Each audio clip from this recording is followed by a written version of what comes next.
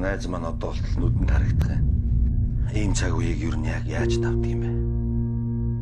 Дотн байсан хүмүүс нэгнээсээ явдаггүй юу? Дурсамжтайхан найз нөхөд мэт дотн байна.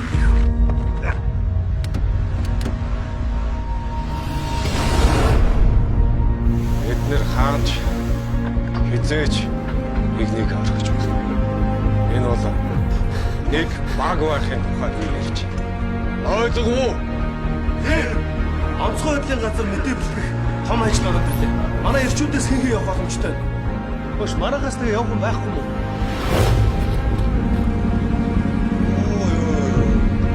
Галз өнөгчтэй тухай бүх мэдээллийг энэ өсгөдөг. Дараа төчөөр байв. Маш эрдэнэ аж.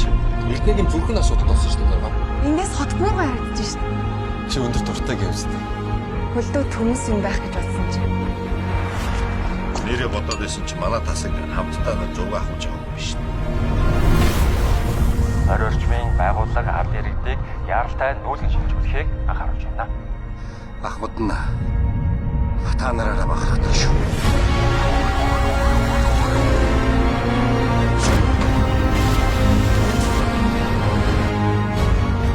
Үлчийн хүүхдийг яаралтай ойлголоо. Монгол улсын иргэн бий.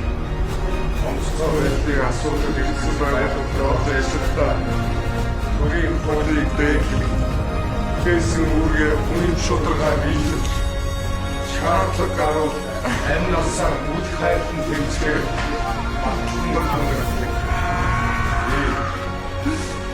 Хангалттай зүйл Монголд хуулийг дагуу